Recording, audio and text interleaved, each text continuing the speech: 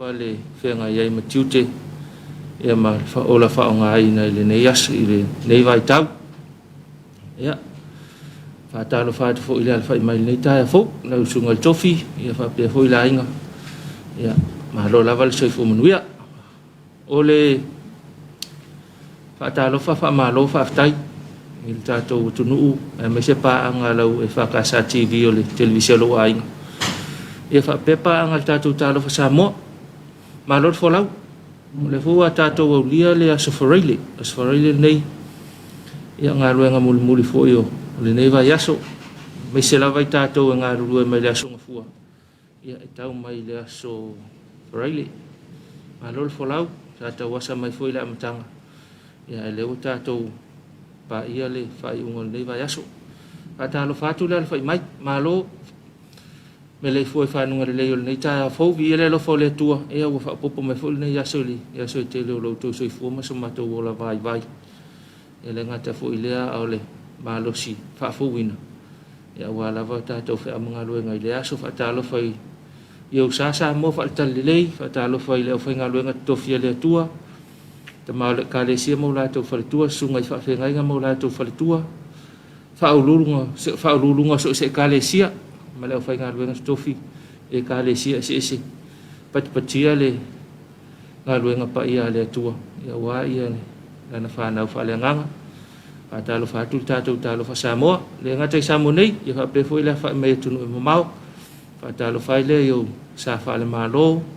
lau whionga iau le mālo na lau masiofo ia whapefo i le suiau o le masiofo o le fono uso le tunu fono whai tū la fono lau whionga le whong whitalai ma le sui whong whitalai e whapea fo i le kapeneta lau whionga le tamaitai pālemia minister kapeneta minister langolango ia ma le lava loa a whionga sui whai pule o le maota fono o le malo Samoa fono whai tū la fono whaatalo whātu tātou Talofa Samoa ia whaatalo foi e tupu matamadi o tātou i tū malo o a whioanga manu mainga malo lava le alfa mai le taia fou ia vi ele lo fo le tua po fe lava o iai ia ole to file mo i nei tatou ofisa tu ia manatu fo yo lo fa pe le vai ngo lo alfa mai le taia le nga te Samoa nei ia fa pe fo ia atunu e mamau fa talo fa te le atu tatou Talofa Samoa fa talo fa ya tuila manua ia fa talo fa ya manono ma polima malo le alfa nei taia fo vi ele lo fo le tua ya tonua manuia me uma i le alfa mai ele ngalo whaatalo whai no tātou matua ya le ngatai lea ia tātou matua pensione malolo o i la tau safi tai tunga i le ngalo e ngā lea tua maltale le ya le ua a whe mai e whaise malolo ngai le nei vai tau ono le soifua whaaloloa ma le soifua matua vi ia le lii e le whaingofia le ala mai ya ma le soifua whaaloloa ma le soifua matua e via whaaftailo na lofa malona ngalelei ya ua ala whaifia fo le nei tai au e whaatuatua lo tua i tātou por kalami Talofa ia whaatalo fo i tātou nei tātou matua i mapufanga lele ma leo whai ngā luenga lo ngā lulu ai ia whaatalo whatele atu tātou Talofa Samoa o le tapua inga al sunga le toina ma le whaletua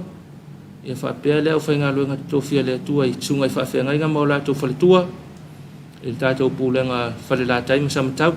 whaatalo fo i leo a telo i kālesia ia whapea fo ia awhioanga o tātou pūlenga whale la taima samatau ia olo ia i tātou whai ngā lotu le i le nei vai tau whaatai fo i a safo ia malau ofisa o whai pese ia wale vi inga o le atua ia tau luolua ile tapua inga i le aso ma le aso ma lola whaatai whaatalo whaatu ia le alfa i mai le nei taia fou so se paanga lava le tātou televise e whakasa TV televise lo ainga ia ma le tātou Talofa Samoa i taia uma ia whaatalo whaatu le suafa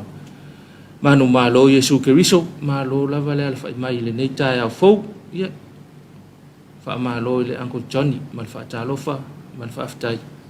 ona o le lango mai pe le tātou por kalame Talofa Samoa i taia o te tasi whaatalo whaatu lau whionga le pule ma le whinga luenga atoa al tātou kampangia le Uncle Johnny ia ona ole lango mai i tātou pol kalame o mawhai e na tu inatu ia mai sira mai tai o te tasi i tātou pol kalame Talofa Samoa manatu ane tātou lango au tu ai mai sira vai i tātou i Samoa nei o ane au wha moe ngau tāpena pena ia e fo se tu mertau au tātou company ia e fson sani fo inisi vai ngau sila fia ia wale au nanga e peona iai manu ia whea mga luenga ia whea ngai male tātou company i lea so tale tu lai fitu tātou se atu i le tala le tau ia wa fo i le amatai no whea mga luenga o le nei aso whatalofa le official tau ia le marola vanga lulue ia le ngata fo i le te pena ino le tala le tau ia walongo ino se o tātou tunu amatai fo i whea mga luenga o le nei aso o le whamatalanga winga lo wa le tau o suinga whamatalanga winga lo wa le tau mai le mata i tusisi i le ti whamatalanga winga lo wa le tau numera tasi ti o tasi o ngā same sa mo whamawina le ofisa o le vai tau le tula e 5 e le tai au nei asfarele nei lua sufito me lua Faamalusia fautuanga mo o ngā sami umo Samoa. Faamalusia fautuanga mo o ngā sami umo Samoa. O le whaatupula ia pea o pea mo mafo le ea, o lo ta oto i saute sifo New Zealand, e ona to au mea ngalu ma umo maulunga i o ngā sami o le tunu. O lea winga lo wa le tau e wha moe le awhiai o ngā sami o le tunu i ngalu, e sili atu le maulunga ma le lua, tesi ma le 5 mita i le tae au, i le taimi o le aso e fautuaina le au whaiwhaiva ma e whe malangai i le aave o le tatafe o sou o le sami e a fua mai suinga o le tau e pei o na ta ua ona o ia tūlanga waalanga tau ai le wha maalosia pea o fautuanga mo o ngā sami uma o Samoa a fianga mo o ngā sami o le atunuu ona o winga lolo wa le tau ona o winga lolo wa le tau mwhamtalanga Feololo ma losio savili o mata upolu ma tofa tau ini so taimi e ave matatafe au mo so le sami se si famtalanga winga lolo wal tau e ole a maua mai le tula e 5 i le fiafinei ele o mara malama tatou le winga suia inga o le si mariti i le whainga o le famtalanga winga lolo wal tau e mana tu foi mana ia le sina famtalanga mai le ofisa e me fai ona whamtala atu mo le sile fia le tātou tunu. A le tala le tau mo vaenga o Samoa, whamawina e ofisa le tau le tula afo le 5 i le tae au le sforile le nei lua fitu o me lua winga le tau o sa vile feo lolo whaasolo na maalose le mata o polu o lo ofitia i pea Samoa ma e fia i le tunu i au mana i timu inisio taimi. O le vaenga mo o polu i le aso, e tolu va solo ai timu mai mafa ai pu e ono fa tau savili ni se taimi fa pena i William fa tili mo polu ila sto nai o le ato ulu va solo ai timu ma fa solo ina fa ai titia i taimi o la fiafi mo polu ila so sa o le ai ai nei timu mo le moteli sala fai mo le aso tolu va solo ai timu mai mafa ai pu e ono fa tau savili ni se taimi fa pena i wila ma fai tili o le aso mo savai le asto nai o le a tolu va solo ai timu ma fa solo ina fa titia i taimi o le fiafi mo savai lava i le aso sa o le a iai nai timu ia o le afal suta siltai au dei ia e te maua i se si fa matalanga winga lo wal tau o le tala ngatai fale tala ngate fale o Samoa whamawina la whare 5 le tae au nei a sofraile nei lua fitu me lua e whapau mai le vai luanga o le poana nei o le winga le tau ngate fale o au savile feo lolo whaasolo ina malolo si o le mata o polu o lo a fia i pea ngate fale a ngai o ngā sami umo le atunu fautuanga o ngā sami o lo whamalusia pea mo o ngā sami umo le atunu fautuanga o ngā sami o lo whamalusia pea ia mo o ngā sami umo le atunu. O le vaenga i ngā tai whale le tui mātū mo le aso e angi savili mata upolu savili mai sae e lua se fulu le 30 kilomita le tula Puawa mwhaatau savili timunga, ngalu mauma, lua te simale, lua e o atu le lua te simale 5 mita. Ba aingal ngata I whali saute, mo le aso, e angil savila no ta polu po savili mai se sae, luas fulu le tolus fulu kilomita le tula. Puawa mawhaatau savili timunga, o ngalu mauma, lua, I le lua te simale 5 mita le maurulunga. O le tala le o le ngata I whale o le tala le tau, ia mawhaamtalanga winga lolo wal tau, wa ta pena mai le official vai tau. Ia wa fo I le tau longo ino si o tātou tunuu, ma le amatanga o whiau mga aluenga o le nei yaso, aso whae o le nei vai yaso, ia atonua. Whaafonga mau o le tātou tunuu, ia wa fo I tūlanga o le tala le tau ma winga lolo wal tau, o ngata I whale, le pe whaamafa ia le whautuanga mo tātou. Ngata I whale ma o ngā sami umo le tunu. O lo iei whautuanga mo tātou, ia lo na winga o le au whaiwhaiva, e whapefo I la tau e whai malanga I le waa, whaatalo whātu le tātou waa pia whapea malanga mai savai, whaatalo whātu le au whainga aluenga atoa, kapiteni ma le au whainga aluenga, ia whapefo I le malu au whai malanga I si o tātou tunu. Ia tautua nā saunga le mu, sao whai le me saunga le mu mo oi, pāsese, ia whapefo I sosoani ane le tātou au whainga aluenga. I saunga mulau telo tātou pasese au nei vaenga na o lapta ingala na o le au whaiwhaiwa ia mai lātou e whemalanga I tātou waale alu sa vai me toi fwoi mai ia mana tu fwoi a fia I mai tātou waale anga I tutuila me toi fwoi mai pēa o le aso e aluai wai le alu e uma ia au le tūlanga na o tātou talo le tau ia o le tau longolongo lava lau Talofa Samoa o lo saunga le mu tau tuana lo saunga le mu ina ia lei ia fe au le nea so ato file mua le taiao manatu fo ia e solo nga malie le fatino ino fe au mga luenga le ia so ato as far ile fo I fai mai si o le tele vave le so lele e vave lan ia e fai malie ene me ane wa mal tato wa il saunga le mu ta pena lo anga I mai lau ta vale ia se tau tua na lo saunga le mu lungo la o le tele ile sao fa ta pula o la o le tele ia fa muli le ta vale pe api o le awal tele ia fa pena I vaanga fa pena o le wala le tu se sae le ia na ia o le fa isina ta pena o le awala mo le toi fa le ia I vaanga o le awala nawa eli mo le ala vai ia tau tuna ane na I vaanga ia ka ko ia fa ita to piki apu mata vale maululunga mapasi maloli pe fia tipita vale le mu fo le vaanga le anga na le wala e tutuna fa te jade ia ni te wai o tu ai alo ta vale le si tu le wala le te pasia tu ia ona tu pole fa le lave e fai malie fa to le fa tete e fa to file mu fo le ma fo o fo le mata ita ia pe a e se mai wingo le si avta vale ia ma wo pele on sai ia mfa e le pu e longo atu ia ele o paleni me le fai longo la o tele e tau tona le mamao e mulmule to le sta vale e tau tona fo ile malo le tunu fa soina la o tele le au sa vali o le au koleni e o le au titi e wila e ma vai nga fa pena tele la val tai fau le ma o le tatou por kala me ta of ta sila mai e tele fa le ve fo ia fa malo stino malo le tunu o sa vali ta fa le ta ia mo sina fa malo stino le taiao ia tonu fo yo e ma o mal tatu fa sa longa fa pe lo tai fau e mana ia e no pe local pa ia ona I la sia la o le tele ia wa ile fa tawina se sile le tamo el tangata ai so el tavani ia ona tele le o le ngo fa fita uli ia ona ole fa tau va o tauna local tai fau ia tele lo foi po fa au pele por kalame foi le ale mtanga luenga ole mo tai fau ta loa ia ole mele matawina matua I tele la val tai fau ai me se la val tal fa tai ne yo pia le sau ta ya ba tele tai fau lunga la vol tele ai tau tu na alta tau tunu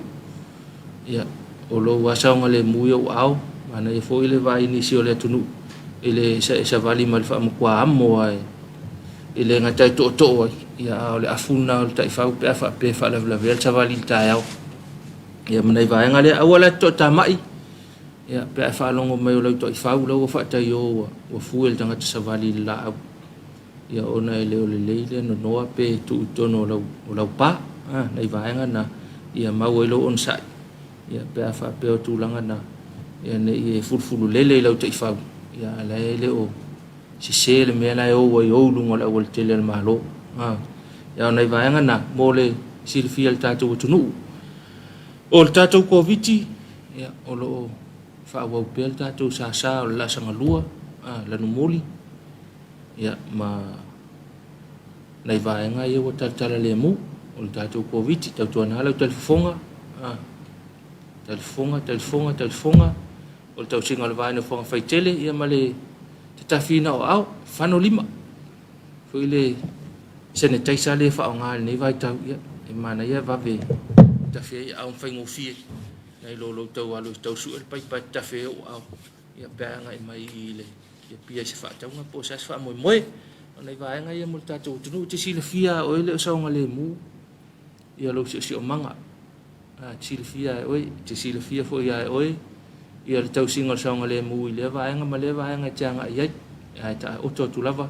na ona fau tu lava lo por kalabe ia ai pule lava oi le fatinoina ia ma le fa ma faino le tatu saunga le mu ma se fo ma lo ina la tele ona o le covid le a fia i tatu fe lo le to pa uma la lo numero la to le ne to li putia mai to se la mon tu pu mal fit se la a fia le covid ia tatou fai te pea ona lo pesipel fa ma mo tatou vai angela vai ngana fa no fo sia fai mutu tu fai toa ia pe se me mana o mia ia ma fa popoane le lisio la matua le ta penal malu ta le te wo misi ia fa li mai tonu me na fa no fo sia ai ia mantuane ila tau le tau singol ta ia ma tau longo fo pe se me mana o mia pe se penetol pos fola au pos me fa pena ina ia mafai ona toi fa fo sia le malos atau tu na fo ia covid ai le ini aunga no fo le fali le te fo wa sa o te falwa ia ai e pesi mai il fa mai nisi ia fa pewa sa malanga mai ia no fo le fale mol fitu aso pes fulu aso ia ona e fa to anga i mai ile e mafuta male ainga ia manai wo foi wo levan fa tetaliatu ia il me mai ai lo fa no fo sia ona i vaenga ia o las fol de o tatu lo fa anga aso ne o tatu lo fa anga fe mol tai manatu la se atu mo tatu fa via fianga a to foi mai ia on tatu tatu no lo le tatu o lo fa anga le tai au tatu fa via fianga to foi mai ia fa wa tatu por kalame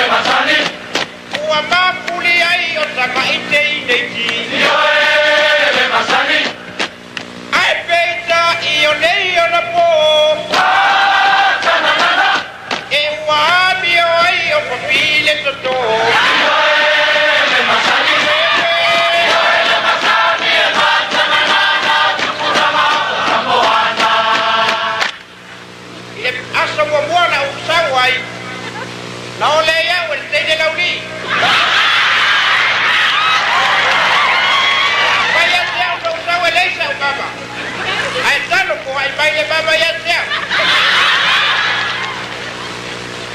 Ila wa o tau mai nei. Yo le masani. Wa nga I mai o se tinge au le lei. Yo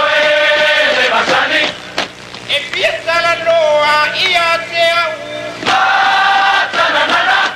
Ai o fio la pora e kuo unipo. Yo le masani. Yo le masani e tanana na tukurama o Samoana. Kai le lapa.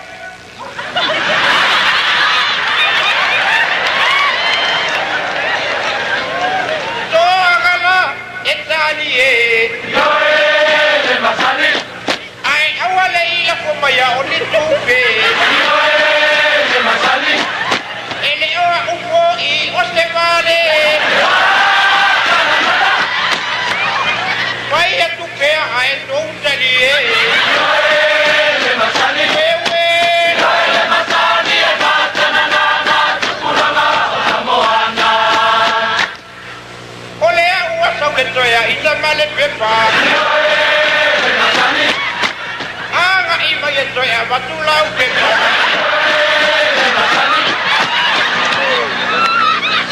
Ai leto sau osasi le pepa.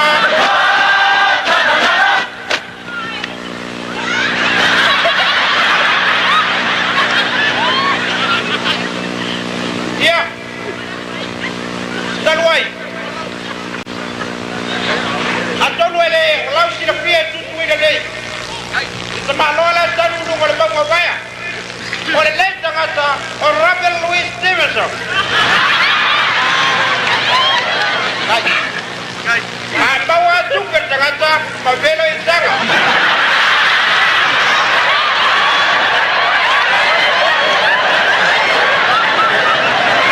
Banga bangalaba o atu le pale ako ba kiti e batu. Ya, oleh le no por la y lo mata.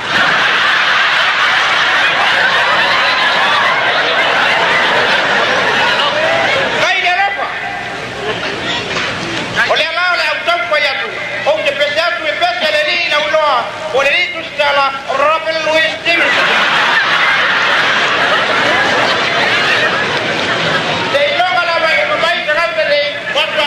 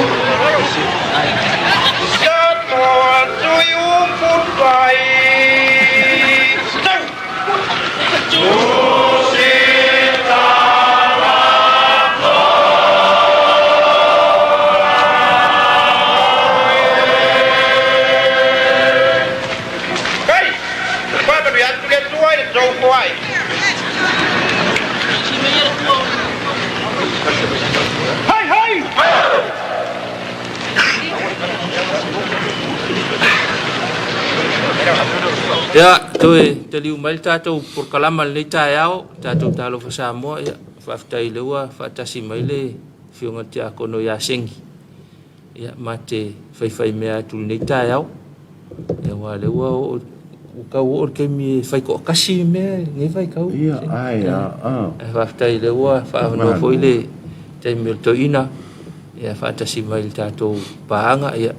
manatu foi o nisi sa kau feika le vai merko inga ya le hoa tau no mai to ina ya le lo le fa Talofa le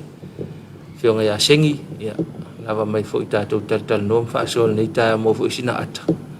ya ya matai foi ni asfraile me silio lo a ina le masina le soifu mo io to ina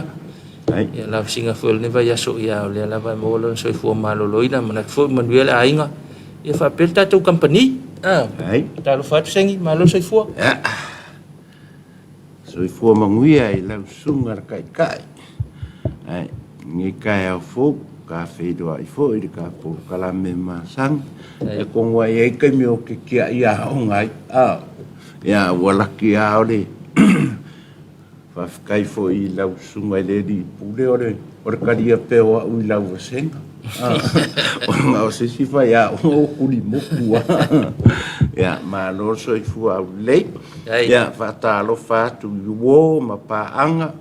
ale ngai por kalame o le fa Talofa yo le ngai o ka ko por kalame o fia ya ka ko mau al fia por angai vai kaure ka ko ke ye de pesi o fa mai ai fia e ngalo fo fa mai ba o le sia o le awa pe awa vi for fa mai mewa fa pai e ya mango for fale kaimingi se kudunga alu da ko kai for fe au ma le fe au ar malo lo ba ka ko ke malo lo ulu ro ma fa ma ene nga kala le ulu ro fa ma ai ulu ro ma fa ki nga ya dai ele le nga o ni ka ko po kalame ya le nga po kalame ma o nge ma de di pule ya mo so fia ya ba ku se fe a o fia o nge ya so ka ku fai me ma ka ko e ya mangaro ngalo ko ya nga ngi si fa ka fo ima po fo ingi fa ku ulu la fo wa imai ini ngai aso ia makai au ia marea vai aso ia anga vai do uma fa por kalame me uma ilo fia ia fa Talofa ku de ngai kai au ia mana malu si o ka ko ku ia mawo ma pa anga o ia ku e mau ia fa Talofa ku li ka ko por kalame o Talofa ini ngai kai au sengi o ilau fa Talofa o mantu ai le fa soa le to fa ya rungi al pokalame wala ina mali lo ngapo le pokalame wala ini mali ne fa mai kala le fionga ya rungi ya ole ko anga ngalui ila ngaki ngai le ole ko anga ngalui wal malolo sa ko malolo ape hoki ai te sa o le fe kala ngau ni ia wa le meanga le e ka ko e ki nganga i ka mai peila le o le mea le ko viki ia e le yang ia unga ke ai pe ala fa ku ai mena ku fa yam fa ngai fa yam fa ngai oi ai ka wa ku fa mai fa ko fo ai ka wa ku fa i wa mai ora ki pia fo langa isi ai tu i lalo ma ni si mea ai fa ngai oi e kingo wai fa mai e o so i fo i maso sel ma pe ku le ngol ma ale nga fa la unga asunga ya utamau angi le la unga foi le nga fa ka apel fongo emang le fa me ku le ma ia nga ia o so maso nga mana ia o le avo o le fa talofa le wa a ko eu fei kal ka ko ku u le kwa ia ko fa ka ro le mo mene lo fa anga sengi le na ko pe ku ngai me ia to lo fa anga o miu a mo sa lo ma futa mal tato po kala me lo fa talofa me ya sa mo ato fa meran fa talofa miu ia ta ya manuia se o tunu pele sa mo ia fa talofa mai o tau pa matu fa liunga lo ma futa mai ful tato kala me ia o lo fa tai mal tato tofi mol fe au fa malo si le nei aso ia ala usu sa mo fe au manga luenga o le aso fo via pele li lo so fo au na malango fe au manga luenga talai manuia le nei aso fo nga uma ia o alo fa anga mai Orange Park i Sydney Australia ia tau pa matu fa tai tau pa matu mo lo fa anga le tato tofi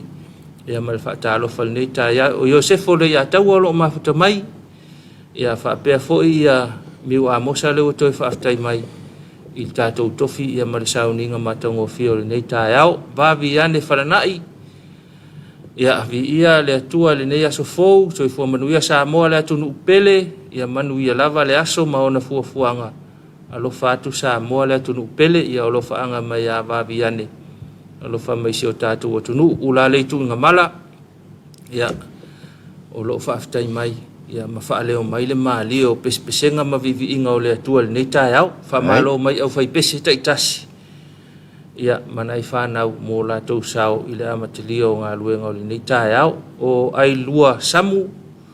fa talo fa mal tato po kalame mal tato tunu ia fa pe fo ia tupu le lenga la tu po latu ia o lo fa aftai mai fo tato po kalame ma futa mai nei ta yao o molesi sarang poltele talo fata malo le mafuta mal tato por kalame ya vi ia le li ya i malo si lo fatu tato talo fa Samoa tevi mila mafuta mal tato por kalame ya o lo talo mai fo in fa talo fa mai ya tama malo lo to ina sunga ya yo si e vile o se wo mai le fionga ya sengi ya o When Nash Talofa lava, good morning and kia ora. So ifua manuia fa aftai mo le ona le tua au nanga le fakasa ia manuia fe au manga ruenga le nei yaso God bless fa aftai tele when mafuta le tatou por kalame ia lo fa tu foi ia mo le nei taiao o ruta te faiono ia fa aftai lava mo le upu fola alo fa atu manuia tele nei yaso fe au manga ruenga fa aftai ruta lo fa anga le tatou tofi ya lo fa anga foi mal tatou tunu fe au manga ruenga malo fa aftai sau no ia fa kalo fa kun makanga ruenga o leo o le makanga ruenga fa inkale le wingi ka ke va ai pe kai mi uma le malo le kele o fe au manga ruenga ongo le kele o fa fikau ia fa kalo fa kwai ina o fionga le ni komsinga fa pere ia le makanga ruenga a ko le ofiso malu le malo fa kai mo pui ngor ka ko wakungu fa kai mo nga ruenga le mo le po mo le fa penga nga fai o ko kiuke ya fa mo kele la o ko ku e malu e cha mo wa ang le ai o ko ye fa penge o pulsa la ka ko wa fa kalo fa foi makanga ruenga o soifua mang malolo inga wa le si vaenga le o le ala vai o lua o tar fan mai ma Le lava ka ko ke va ai e ngi vai kan. I ka. O le mea fo e o le mari. So le a o aku so le fai yes yes. E kene me o la e manga o mia fai sia ki ai o aku o kingia ngai foma. Ne mamalu na kingia el malo la kungu foma. Ai. Mai ngi mai ngi me o umanga kuianga ngafi. Ale foko mai foko manga fo kui pui. A pe ala vas kui kas. Ya le malu ka ko kungu le ai ele le angon nga. Kia o i ke mi uma wai mangkua fo. O i le fane mai. O i le ko ai uma i ele malu le kungu. E o siaki ma ele le ale fai uskai. O le uskai ale fakonga. E ke mawari mele. Ya le mele o le fai a konga i foma. So le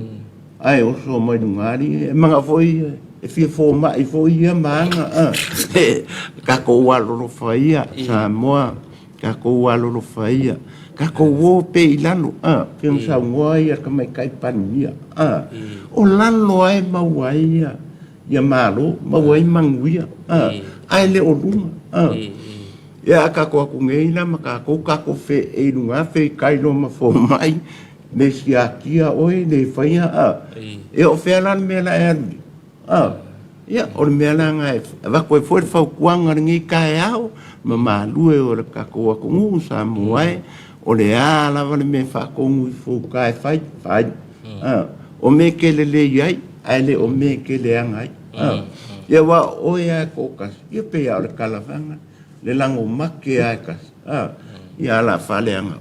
ila kungu pela o se fa kuanga ngari ngi kai ao ia ma va ko foi se fa malo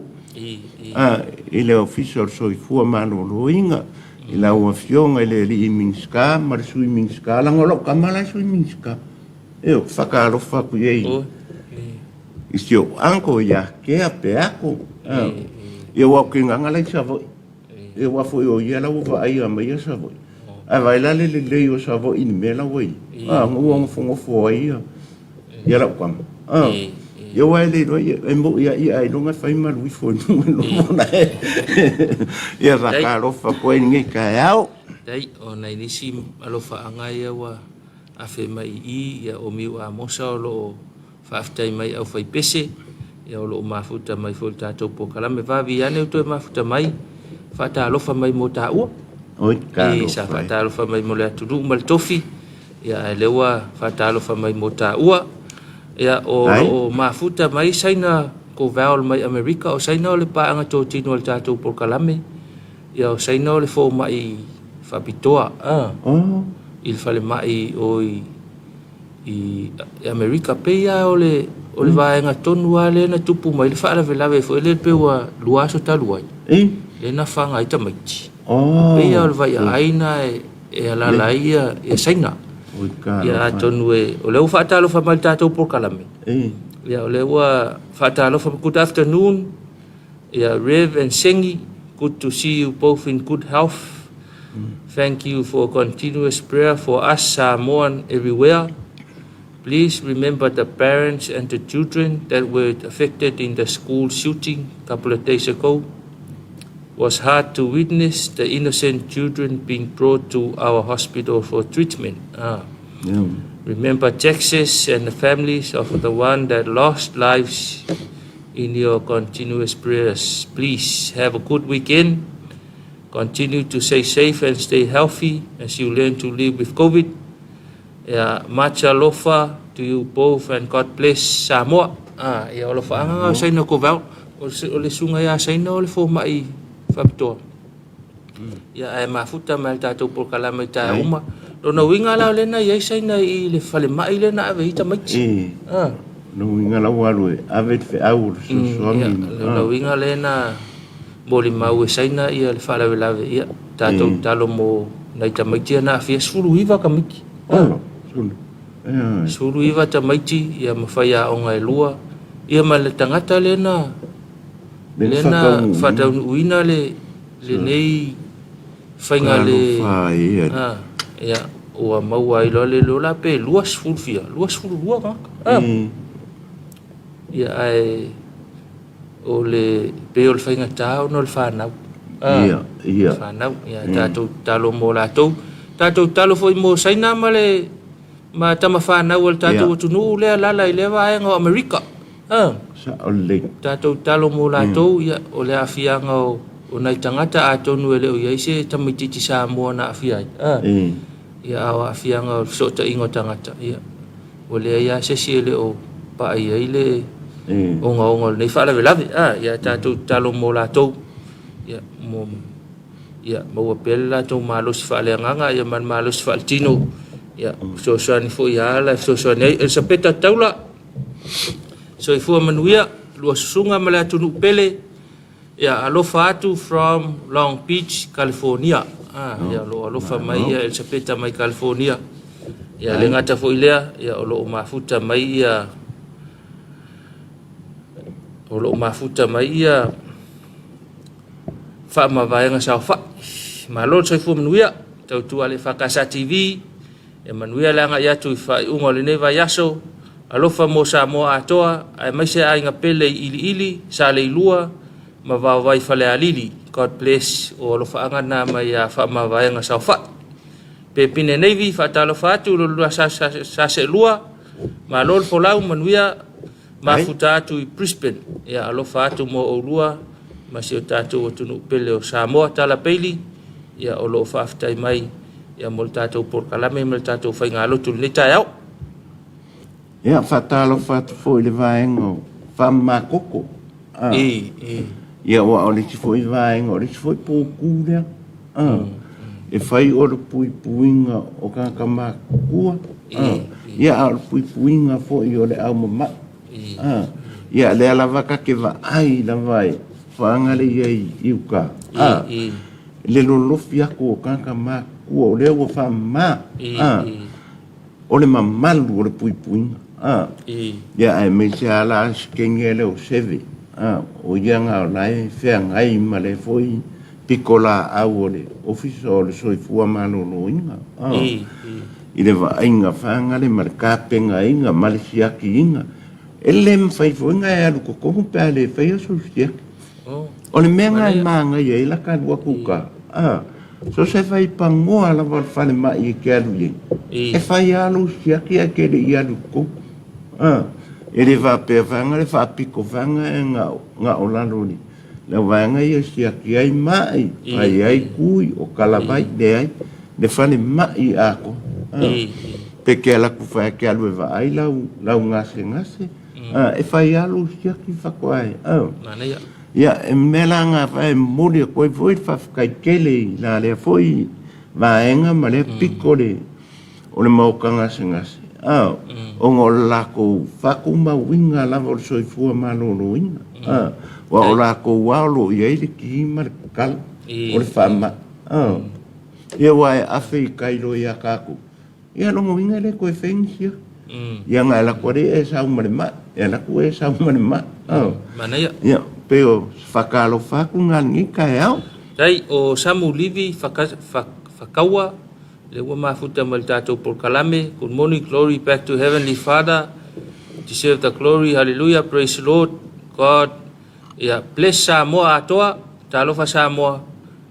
Great ma manuel ne ya so I au mga luenga. E sapeta taula, Talofa mai Samoa le tunu pele. So I manuia alofa mai e sapeta mai California. Whaina Talofa. Ia whaatalofa mai, ia tā ua, mālol folau, mālo foi leo nsa I tiute mawhaiwa, ia whamanui mai foi lea so I whiau mga luenga, whapena foi, whamanui at foi whaina, ia whiau o le whianga ia ili ne, ia so I whiau mga luenga, ia o tautua le lei fitu, o lo o mafuta mai foi tātou por kalame, I le nei tae au, liueni, tau whetee, ia mālol so I fua Samoa lea tunu pele, o lo whaatalofa mai. Ailo potea ron fui maono. So I fua manuia por kalame, ma le mamalu lea tunu u Samoa. God bless. Waftai tele, mafuta mai, ai lupo. Ia lo whaatu manuia nei por kalame. Mata lau fale, ta lofa EFKS TV. Ai mai se lua sungat por kalame matango fil nei tae au, vi ele li, lo na lofa maleanga le lei. Ai mai se le sunga le tofi mo le upu fola whaaftai mo le whiau taita ina aile nei aso. ia whapea fōi teita ino si o tātou tunu. Ia whaftai mata mo alofa anga, ia alofa atu fōi tātou por kalame Talofa Samoa. Ia ile mafuta mai tātou por kalame whai langi peres. O lo wha good morning mai wha Talofa mai ia whapea na fōi, wha Talofa atu. Pepine Navy, lo sase lua nei tae au malor folau. Ia manuia mafuta atu I Brisbane I Ausitalia. Sesa leota siwa ana o lo mafuta mai tātou por kalame. Whapea fōi I lei whaalili, wha Talofa atu, lo mafuta mai. Ia tamai a mo le sang poltele, le ua mafuta mai tātou por kalame, wha Talofa atu, lua sase lua nei tae au fōu. Ia o le Talofa atu fōi pule le whare o loa, o lo tautu ina I Samoa, Talofa atu le tautu ale whakasa TV, manuel ne yaso, ia lo Talofa mai a le fionga ia sang poltele, I lau fionga le pule le tātou whare o loa, o Rose Tasimani, o lo Talofa mai tātou watunu, ia mal tātou po kalame Talofa, ma lo Rose Talofa mai, ia ma lo fōi mafuta mai, tui loma komisi a mua ai ngofie, o lo pati mai mafuta mai tātou po kalame le tae au. O suru avoa, o lo mafuta tātou po kalame, ia lo whaatu tātou Talofa Samoa whaaftai tele mafuta mai tātou po kalame. Miwa mosa leo toi mafuta mai. Ia whaatalo whaatu, mawhaamanuia whi au le nei yaso, ia malo lava le ngā rulue, ia nei lo whaanga fo ia. Manato le ato e se atu I tātou whaafia fianga, ato e fo I mai ia, o na whaawau at fo I leo tātou por kalame, ia se I tāle I tūlai wat.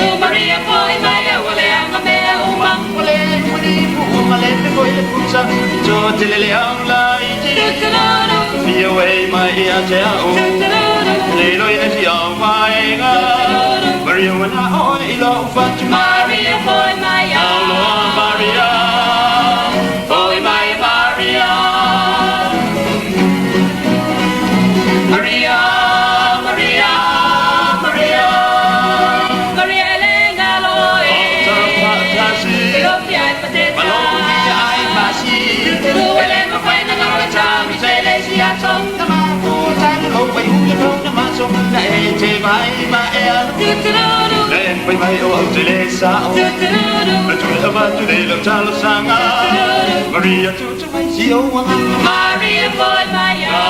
Maria boy Maria Maria Maria Maria Maria Maria Elena Lola Asuma Talofa Ilo Mustele Moi Paleo le Paleo le da Ole Monale Apa itu toy sam le toy boy ayo poi le pega au sa Silente fa o hai no se apa Wa male tingi a karatini Ole wa ai si o lo ara mini Maria boy Maria Maria boy Maria Maria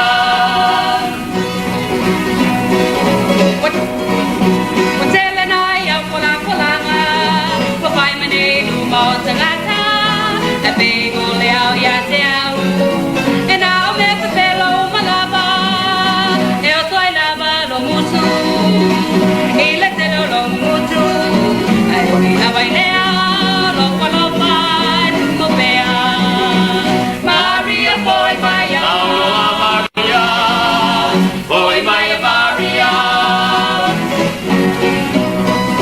Maria Maria Maria Maria Maria ina sawia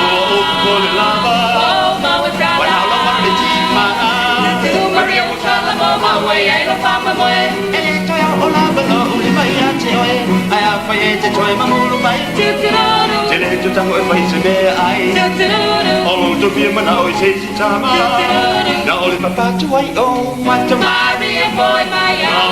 Maria boy Maya Maria Maria Maria Maria Maria Samuel Wese Wese Masalo olo ai tu Maria Samuel o matuale patuanga wai pele melo e spele sa salapa o tele ko ki o mi mapi pepe tu ku amo mo konta Jadi mui ta matu mati ti pino ina ichara e ru ai ku bitu Maria boy Maya Maria boy Maya Maria Maria Maria Maria Salole a el malama Ita pau Maria Oga Maya pepe Echele le policía Le Komiti Samoa ele ba alele Tele como le se me ai malanga Se la un po' se ne me ma mezzo ma fa E tu si oi fa pele pele E te ne avio le leito e metta i pele Maria boy Maya Maria boy Maya Maria E tu mo pele ma tango pie E soi fuanga chacho olai E tu no le ai ngole che lo te O sama lo le ngoi loi E to a file mulava E a tu tu shomo tangata Yo no tu fama ngalo E a lo mani tangata uma Maria boy Maya Maria boy Maya Maria Maria Maria Maria Ya, manatu le tau fai lo ina na tamali le tulu. Te fa manda tu fai fo ya la sa tau wasa mai italin pesela tu. Iya. Oki kala lava live al me le ma ngai yo fa kungo ma fau fonga ya nai sa tau nai tamali. Ya sa tau wasa mai le su. Ya nei vai tau ya wakele o mi al ki alu le ko pesela ko. Ya nai vai ngai ya to fa Talofa tu tatou por kala me pe fa peto ama mai ya fa Talofa kuide o vai ngai ngal wenga fa vai kain ya fa Talofa ku ya o to fa nau de usua ini ka e o foi kiu ke ma fai vai nga ku o kar kongra malu ne ngai vai ka e renga kai sila o skadia ko malu ya la mo ka penga wo usu o la vai fai o la ku kiuki ya o le upuai fa mai vanga ni o le fa mau e ingwai fa mau o le fa kamala ya ngal fa kamala la nga me mo sa o no kala ri si ko inga e mai mau kai minga e an boi ya le ki sa nge ngale aku pa une ki sa mo ya Talofa ko ngai kai au ya o ko fa ngau fe ngai ai kiu ke ma faiva mangan wengo ngai aso ele fai ngo fie kalo ile ni fai la ngan wenga yo peke a e dungore apu po fe ala vane ngan wengo no e ai kalo ile ni so song ya ku do vai fa fo wingar kanga kai le di so e vaku ele ni no malosi a wau fe au maungan wenga o kiu ke mau faiva makalengi wa ko kofi ai oi ya e kali e kali lo pe ke fo i mai noa fai le fale lo makua marko inga fa kau ka vale e wa le sila o ele fale marka vale ai lo pe fo i mai noa fai le fale o lo ku wai ale ko inga mal lo makua ya lo fa foi ka ko ingi sorry fai falil me mau mai ia kama fai vanga le sefi fai ka foi ia le uma waio fanga uina kungu ia Talofa ku foi itina ka penga kamai kia o nga masaungi ia wale pe an vai aso fou ele ia unga kulanga dua ia kai milange wa kaurong ka penga ka kokinga ele fa penga o kinga i o makama e kawalanga ave umare kupe ya tina o ko komi a war ka penga ngala le o fanga umoa o onga ke o ku ya tina e lo ping ia e fika dia tina e dunga la ka kai e dunga ka kai a fa penga ngalu kinga male fa maungi le mele o tamaya le wa vaku yai ava pela ele i dunga o ia e maku kua i foka maiki wa mana malama ia ke ia fa penga la ma le soifuang ka ko ke faia a wa levanga ngai do mea uma ele se mene lino ka lo fa ko ngi ka au ia ka ko o mai no ka ko asfanga fa mangia ku ka ko pokalame ma uangei mane pokalame al TV2 fa Talofa ia la ko malava o dia ngi yaso ai mai se ale aso ngi mo ke nganga o afe o o wasfa na o tau sanga oso kusala e kai fa ka usanga ma fa longa lo wasfa na so o na mo ke ya longa winga la o ka usanga pepe wa ngai ka usanga oso ia le la ke le o dona po pe wa u ia le la mo ke me ke fai ka wa u ia foi i lo waso fa nga uma me foi ngai le ia ia e kai fa ka usanga ko fa longa la sfa ia so de am ia na nga foi ya o ko foi ya nga ka usanga wale o so ka usanga ia longa winga ko fa longa sfu ka usanga so wa ma nga ia ke le lari am ko ala ki ala o ai ma fai lango ka lu fai fa penga o ka usanga ale la wa lu nga le ka le si ko su je ni ia le asuanga so i fu mai ai ka usipia ke wa la ku fa penga fa pe ia la le ya solo ke fanga wai le ya solo la ka ko fa ma vai ai ke ola e fiu ka kalia menga pe fanga ola so maliu le ne ya fa mangwia ko nge ka au ya la ko malava o dia ona ko wa fanga nge yaso ya sanga fa popo pele tu ani si aso stele awan ka ko mafkanga ngi la langi ne ku ma ia fa pe foi la ko ele yo o aku ya ia fa mangwia le ku ai foi i ko was fa nga wa lopo ka aules me mo ki mo a wa so ma kai mi kai ia fa mangwia ko foi ngi ka au fo ne o TV lua ko waso whangau, ia whakeleinga ngisi aso whao poporo soifua maleola. Ka ko mafuka i pēr, ma ka ko fia, ma ka ko koe. Ia, whakalo whaku, hio ka mā pensionge. Ia ka leve, ia whapea ia, hio ka mā ia kiki. E te wati sengi sasa ai, ia whakalo whaku ta mā. Ia whakaro whaku ngi kai au amuia o rua i umai mane whainga kā marwhi kao ngā ruenga sā rua whika i kunga iai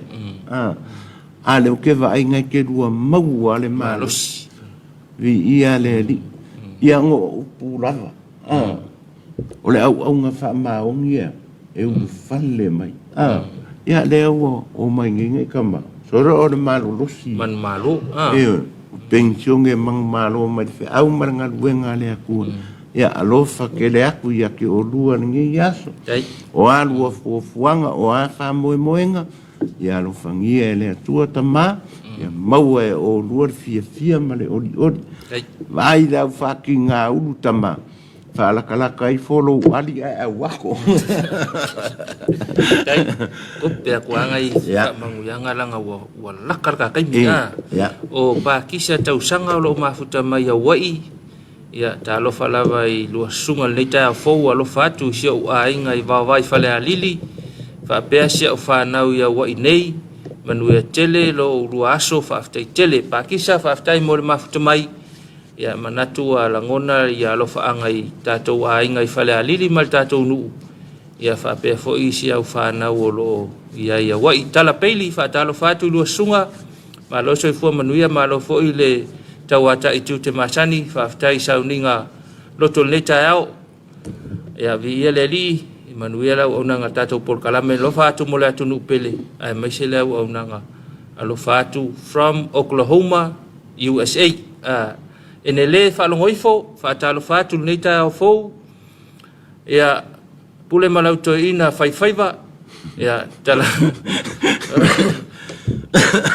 tala tau inei Alaska susulu malosi tala tau inei Alaska susulu malosi le la o le vai tau o le sama o le o tale fultasi tayao manuia nga luenga le nei aso faftai nele faftai mo tala tau mo tatu pitonu o Alaska ya o lo susulu le la ya o tawa nga ile susulu malua vai se ainga mana yo le susulu lua vai se ma enle vai se ainga mana yo susulu lua ina ia mawai pele malosi mal soifua maloloina o a tesa a kai Talofa lava malol soifua manuia lua sunga leita ao fou le alofa malanga leo le atua ia from le loa America Samoa ia whaftai tele a tesa mafuta mai ia ufai lava oi masui o le tātou motu sae ia mo le tātou pokalami leita ao lau mata ta fili Milford ma lava soifua lau lei lua vase lua alo faanga from Sydney, Australia. Ai. O yo kapeta vai ngafa fa tau fatu lua sunga ya malo fai o faiva malo le ona sai le tau tuaina o sio tatu watunu pele o Samoa manuia tele fe au manga luenga manga o le nei aso manuia foi le lua por kalame lo fatele atu mo sio tatu watunu pele ya fa pe foi sio matou a inga i loto fanga ya lo fatu fo mo lo sunga God bless you both after tele ko peta ma futa tato por kalame ya manatua langona lo faanga so tato no mala fio anga lo tufanga o Wilma ale favaya mo liato mato lo faanga mo mato ainga mulfanua mavai pua ai mai se ainga so se tafa Samoa after Wilma ya lo faanga Wilma mo na ainga mulfanua mavai pua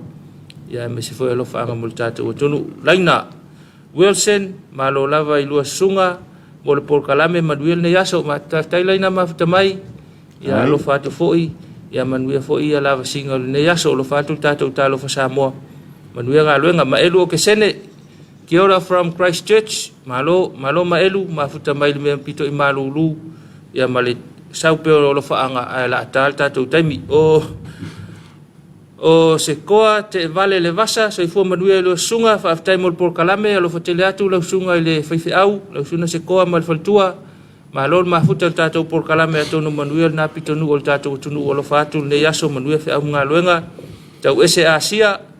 Talofa lua vase lua ma lol so i fu manuia lo fatu le City of Sales ya Ukilani New Zealand God bless wa tele tau ese ya lo fatu fo itama fa na o tato tunu ya lo na pitonu o New Zealand lau mata ta fili Milford to mo mai lo faanga mo se utina ya sopo ta ivao o live i pata falela tai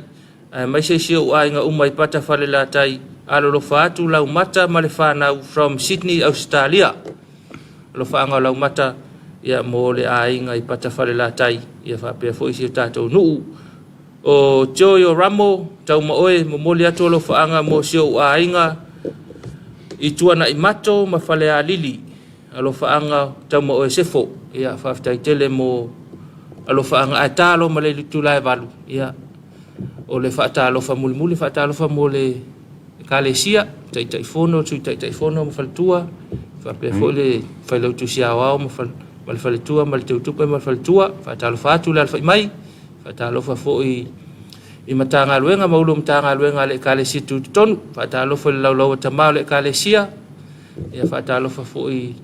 i no fo a komiti ma lo ta wacha le va ya so fa mga luenga ia ma lo lava ta wata ia manuia tele le fa ngol le va ya so sengi so fatalo fa mulmuli fa umalta por kalame ia fakalo fa foi la ngi ku la le kaeao i wo ma pa anga malava ale TV 2 ale whakasa ongor ko lango i ka ko po kalame whai pe ia so kai kasi. Ia e mori a kuai mo ngā alofa sunga le ni pule ia ma ngei. Ia lofangia ele a kua ka ko mafukanga whai pe. Ia ka ko maua se weekend fia ka ko o maloko le asa e mo e o kai au la skonga. Ia e pe ia la sa wale wakanga loku. Ia mori a kuai fo i mo ngā alofa i ka ko wakungu. Kako maua se Samoa fia kako wauria no ngongo fukausang ya ngawo ko fa fonga i Kalame ar kako mano ia kako alu ai dornga fai ia le nga mo di kako ai so ia kako kau ai ma ya famanuia le atu ai fe au mga wengo nge yaso alofa ke le aku ya so fu ia mai manguia dai ya ole tau no mal si uel tatou po Kalame Talofa Samoa le nei yaso ia po nei foi va yaso fa aftai tele la tau no mafta mai ma fela fo ai tatou lo faanga ia tatou no foi mo was fa tu pu malosi tatou lo faanga ia tu no e mamau ia fa pe foi nei tatou ai ngai nei ila tatou lo au tu yaile au nangal tatou Talofa Samoa o ala singol nei yaso tatou naru songa le mu ia tatou na fo ia sa o covid lo fenga i pem tatou tau avela talifonga ia fa pele vai la au tafeu au ia lenga ta foi leo tau singol va po fe la va ga il ni yaso mal fa i ngol ni va yaso o ne ngalo lo tua po Kalame tau longo lava ta to EFKS TV television lo ai ngal tar sululua ia to fa fonga il fe au tal le ni ta au ia ole fa manatu foi male tu ala lo le ta to o nanga au lava ne ngalo le tua iso semia ta to te ia ni yaso mantual talo ila to lo fa noa ia le ngata fo ile ia tatou talo ia mo afianga o no anga nisi pe ona ia fa la vela pe ona tula mai ia ta nei fo na lulu al mafu e Peru ta nei fitu te simale lua pe fitu te simale lima le malosi ia tonu ia ni ia va fa pena ia ia o tu ai manal tatou talo ia la to wa afia iso se afianga ia fa pe fo la to fa ta otolia fa malolo le nganga le tu la to afir covid ia fa pena fo ia wol fai me ital ne yaso ne te wang sala ia wol no fo italaf de wo umal va yaso wol no fo italafu ia manuia malolo ngole fa ingol va yaso manuia ngalo ngala fa ngalo ia mawaso maola ma se malosi mal tama ya sengi to fa wo fa to po Kalame lava yaso manuia tele fa ngalo ngal tato tunu alo fa tu tatou Talofa Samoa to fa soifua